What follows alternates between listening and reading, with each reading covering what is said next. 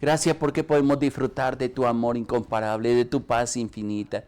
Y gracias porque yo sé que tienes palabras de vida eterna para nosotros, que no nos soltará, Padre, sino que extenderás tu brazo para sanar, para alentar, para dirigir, Padre, para abrir camino en medio de la soledad, Padre, y permitirnos disfrutar cada instante de tus hechos maravillosos y de tu gracia infinita. Susténtanos en esos brazos, sigue ministrando en nuestra vida y permitiéndonos, Señor, el poder levantarnos en ti, Padre, para expresar de tu grandeza, de tu amor, de tu bondad, de tu misericordia, Padre.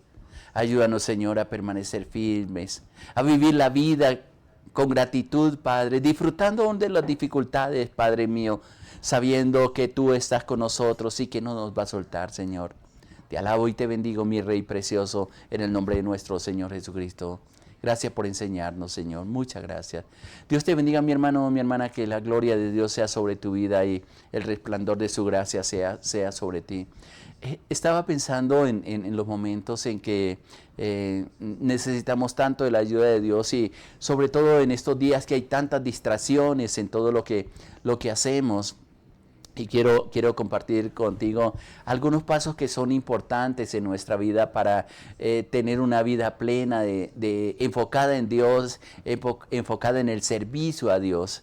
Y son cosas que han sido de aliento de vida y que el Señor me hacía recordar esta mañana muy temprano cuando estaba preparándonos para compartir este tiempo. Y hay cosas que tenemos que ser firmes.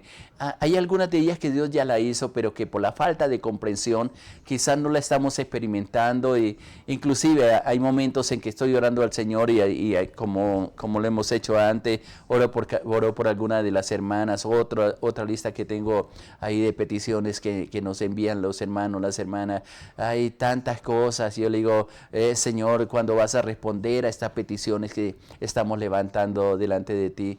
Y hay una palabra que a veces me dice el Señor, a muchas de ellas ya les respondí, pero siguen viviendo como si no lo hubieran recibido.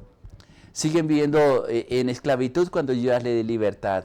Siguen viviendo en medio de los problemas y las dificultades cuando yo les he dado el poder para vencer. Y así muchas veces, y basados en lo que nos dice la palabra, podemos estar seguros de que esa gracia de Dios permanece sobre nosotros y no nos va a dejar. Pasos importantes que queremos dar o consejos importantes, prácticos que debemos tener en cuenta para vivir esa vida plena. Lo primero que yo siempre aconsejo a mis hermanos, a mis hermanas, por la vivencia que yo he tenido hasta el día de hoy, tal vez más de 50 años siguiendo al Señor, lo primero es asegúrate que el propósito de tu servicio a Dios sea siempre llevar la palabra, ser testigo de la grandeza de Dios. Y a veces las ocupaciones, a veces el estar tan pendientes de las cosas, de nuestros hijos, de nuestra familia, de los quizás lugares donde trabajamos, de los negocios en algunos casos, se nos olvida lo principal. Clamamos a Dios, tratamos de ayudarle en la vida a los demás, pero nos olvidamos de nuestra comunión íntima que tenemos con Dios. Y hay un versículo que siempre me hace recordar esto, y es lo que dice Mateo 6:33, que nunca lo debemos olvidar. Y es donde nos dice, mas busca primeramente el reino de Dios y su justicia, y todas estas cosas os serán añadidas. Y en la versión Reina Valera lo dice de la manera como lo he compartido, pero subrayo dos cosas importantes. Lo primero, y creo que en días pasados yo estuve compartiéndole en algunos de los espacios, como decía David en el Salmo 27, una cosa he deseado y esta buscaré. Una sola cosa. Lo que pasa es que tenemos tantos planes, tantos sueños, que a la final hay tantos caminos para escoger, pero no hemos definido cuál es el camino que realmente Dios nos está conduciendo. Y mientras estemos en esa indecisión, con tantas cosas al mismo tiempo y no priorizamos cosas en nuestra vida, difícilmente vamos a ver o tener una vida de plenitud, una vida de gozo, de una vida que aún en medio de los problemas aprendemos a dificultarnos. Por eso dice el mismo Señor Jesucristo, que está dando esta expresión, lo primero que tiene que hacer, Así como le decía David en el Salmo 27, busca primeramente el reino de Dios. La pregunta que yo siempre leo en este versículo y que espero que el Espíritu Santo traiga claridad a tu vida, revelación de la palabra, lo que significa reino, reino de Dios. El reino de Dios no es un gobierno que se establece tal vez como tenemos en las diferentes naciones, un presidente, una presidenta como en el caso de México, o quizás un grupo de senadores o qué sé yo, todas las instituciones que están para poner orden en las naciones, algunos impuestos, algo otros que se han posesionado ahí. No es esa clase de reino. El reino de Dios comienza o nace cuando le permitimos que gobierne nuestro interior, que aprendemos a entregarle todo lo que hay aquí dentro y decirle, Señor, necesito que ese reino, que tú gobiernes, Señor, en mis pensamientos, en mis emociones, en el propósito que tú tienes para nosotros, en mis sueños, Señor, en mi voluntad. Al menos cuando estamos hablando del alma, hay 3 áreas que son bien definidas, que es las emociones, que son los pensamientos, pero también que es la voluntad. Y cuando la sometemos al Señor, comienza Él a traer sanidad a nuestra vida, porque el gobierno de Dios, por la autoridad que nos das, comenzamos a someter a aquellas batallas interiores que tenemos. Permitimos que nos sane especialmente nuestras emociones, que muchas veces están tan dañadas interiormente por las cosas que nos sucedieron. Algunas de ellas por las malas decisiones que tomamos, u otras simplemente porque abusaron de nosotros en ciertos aspectos de nuestra vida y no tuvimos la capacidad, y a lo mejor aunque la tuvimos, simplemente no pudimos defendernos. Pero cuando comenzamos a buscar ese reino de Dios, a establecer ese reino de Dios en nuestro corazón, nuestro interior comienza a cambiar.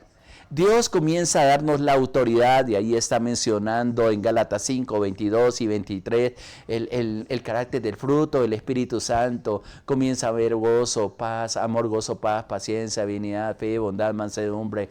Y uno de ellos que más le pido al Señor, templanza o dominio propio, para aprender a aceptar las cosas que vienen a golpear la puerta de mi corazón, de mi alma, y algunas de ellas rechazarlas así sean atractivas, pero hay un dominio interior, hay un poder interior que me da la capacidad de escoger y aceptar lo mejor y sobre todo aquello que tiene Dios para mí. En eso radica que el reino de Dios sea establecido.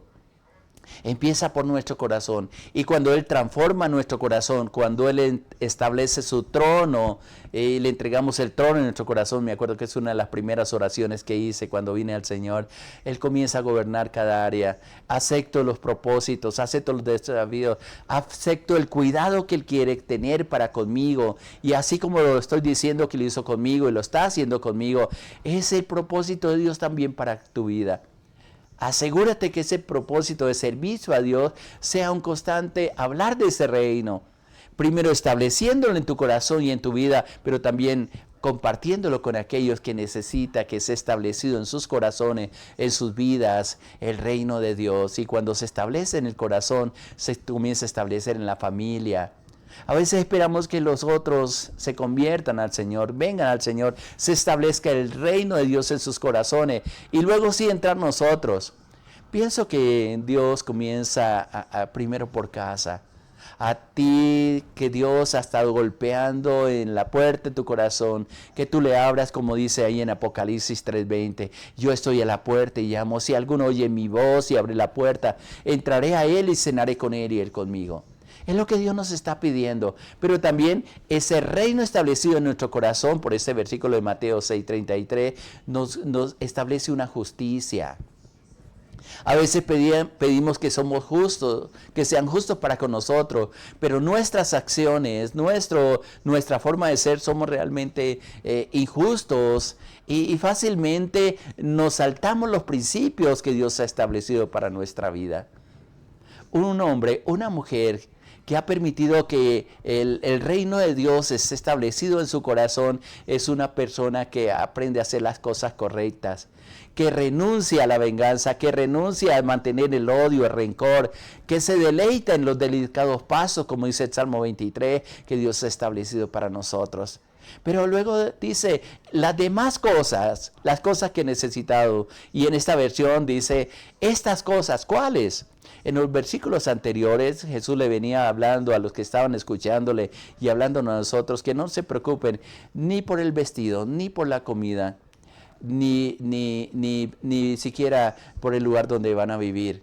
De esas cosas se encarga el Señor. Hay gente que entra en estado depresivo porque vienen las fiestas de fin de año y no siempre están enseñados a colocarse en un traje nuevo, comprar ropa nueva y estrenar en esos días, y miran sus finanzas y se dan cuenta que no les alcanza. Y muchos cometen, digo yo, el error de endeudarse sin tener un presupuesto, y después a principio de año están pasando dificultades. Dios tiene todos los tiempos dispuesto para nosotros. Lo importante no es lo exterior, sino que haya contentamiento dentro de nuestro interior, y ese contentamiento viene por la presencia de Dios en nuestras vidas. ¿Qué podemos decir de la comida?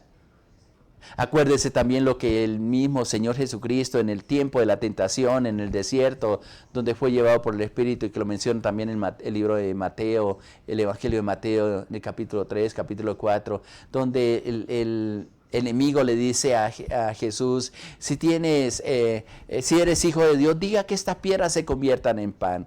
Y una palabra de ciencia, sabiduría que nos toca a nosotros y que nos hace comprender el poder de Dios, es que Jesús le dijo al enemigo, para no ceder a la tentación, no solo de pan vivirá el hombre, sino de toda palabra que sale de la boca de Dios. Todas esas cosas serán añadidas, porque Dios tiene cuidado de cada uno de nosotros. Vive tu vida con propósito, mi hermano. Que cada día el anhelo de tu corazón sea seguir a Dios, servir a Dios, es que rendir su corazón a Él en medio de todas las situaciones. No importa, a veces no entendemos como el cántico que entonamos en un momento de oración, esas sendas que Dios abre y Él obra en maneras que no lo podemos entender. A veces le digo, Señor, yo no entiendo lo que tú estás haciendo, pero yo sé que eres tú. Y si tú lo estás haciendo, Señor, yo sé que todo va a sobreabundar para tu gloria, para tu honra y para tu alabanza.